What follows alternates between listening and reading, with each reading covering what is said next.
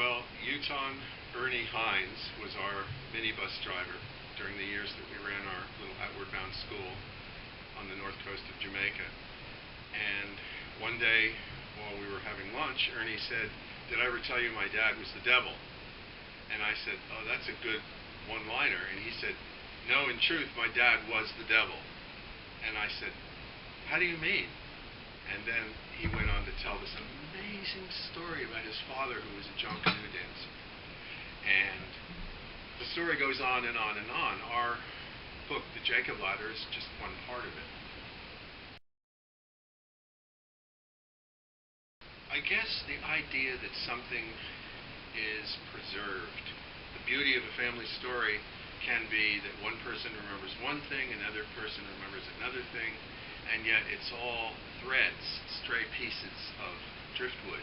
But I wanted to bring it all together and make it into one story, and that became the novel. And Uton was willing to do it. He wanted to do it, but he didn't think it was really possible because the story was up there in his head.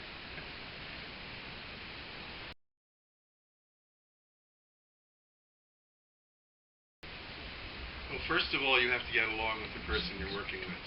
And second of all, if you're a good listener, one person becomes that listener and the other person is the teller. In this case, Uton was the teller because he knew the story and I was the listener. And then I would write the story, and we did it as almost a series of short stories from beginning to end. It took us roughly 4 years to do the book.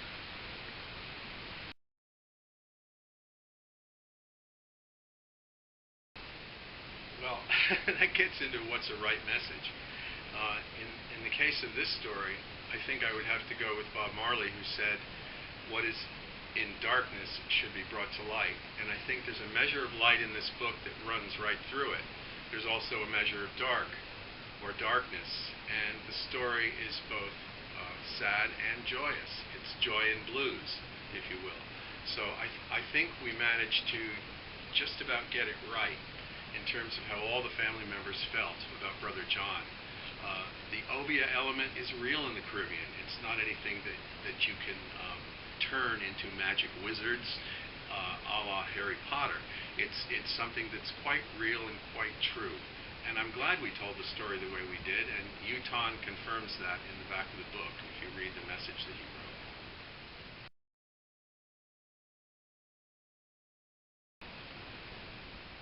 It's both important and extremely difficult to try to do this. I guess all of our books, and I say our because my wife is also a co-author on many books, not particularly this one, but on Dogs of Myth, we did stories that some children found disturbing. There are stories that are disturbing. Maurice Sendak said, "Well, that's the way life is." And so you must tell the story true. And I think The Jacob Ladder is a very hard story to tell. There are many stories out there that are hard to tell, but that doesn't mean you shouldn't tell them.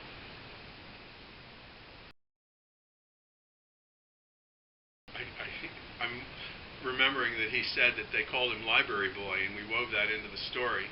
He was considered a little bit of an oddity because he had left school since the family had to raise the money to live, and Brother John was no longer there to support them, and he became Library Boy. Who was that? Well, a strange little boy who went to the library to learn, and the librarian took over as a kind of mother figure and also as a tutor and a librarian as well. So, I think it's kind of an amazing fact that she became almost like a mother to him. And I met this woman and went to the Aracabessa Library and did some research there to complete what we did with the book.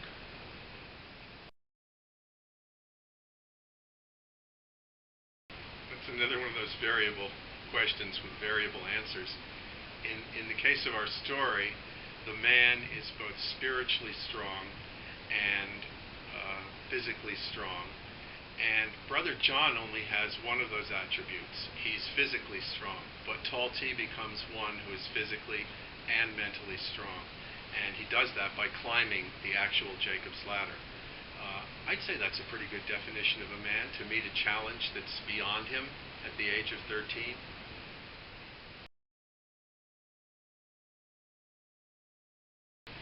I just said some of that significance. You have to see a Jacob ladder in Jamaica, and they call it Jacob ladder, not Jacob's. But in a Jacob ladder, you have little notches cut for the feet, and it may go up 50 or 60 feet into the air, carved into a clay embankment. And that embankment could be almost vertical. And in the case of this Jacob ladder, it was vertical, a very steep climb. You had to have very strong hands, fingers, and forearms and biceps in order to get up, because most of the work was being done with your hands.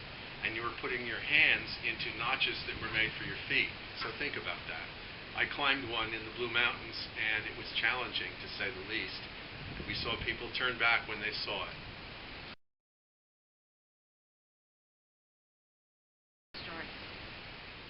Well, just that they're oral. The stories are full of life. I was reading Shakespeare last night, and I realized that many of the expressions that are used by mariners from the 16th century are expressions still being used in Jamaica today and in many other parts of the Caribbean. And for me, that's the most exciting thing on earth, is to be a time traveler.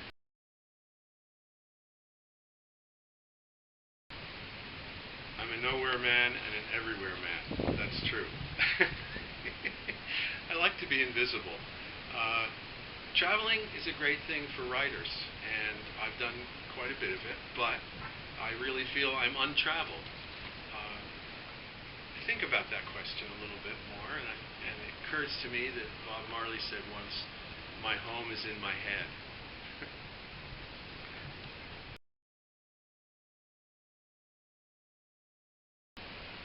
Well, I can answer that best by remembering a talk that I gave in Bonita Springs, Florida. And it was a media specialists group. There were about 200 people in the audience. And it was a young authors conference. And when I looked up, I realized that most of the 200 were women. And in the back, I saw a man who was probably a custodian. He was leaning on a broom, and he was looking sort of half interested and half disinterested. And I looked at him and I thought of the word custodian, and I said, women are the custodians of culture. And I realized it was true. It's not matronly, it's maternal. It's all about being a caregiver and a caretaker. And men don't do this role as naturally as women do. So I think that a lot of the stories that have become publishable in the Caribbean were then written by women, because they're closer to the whole family fabric. Is that changing? Is it changing rapidly? Yes. It's changing so rapidly that I think it may flip, and men may be the ones who are telling these stories.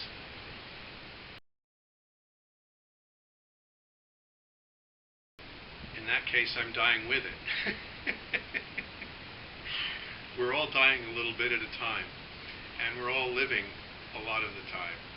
So I think that the tradition of storytelling will go on and on and on as long as there's storytellers doing what I'm doing right now, being asked questions and telling the story about it. I think there's no last and there's no great. We're all storytellers. Every single living, breathing human being has a story to tell, and possibly a great one.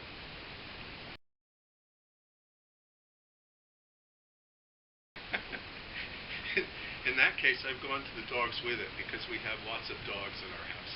But no, I think that I've actually written a number of books about dogs. I'm stuck on the word dog there. Forgive me. But I think publishing has not gone to the dogs. It's gone to the two-leggeds, unfortunately. And they're such changeable creatures. Dogs are more fixed in their loves and in their forgiveness. Human beings make lots of mistakes, and the mistakes that are being made in publishing right now have to do with too much commerciality.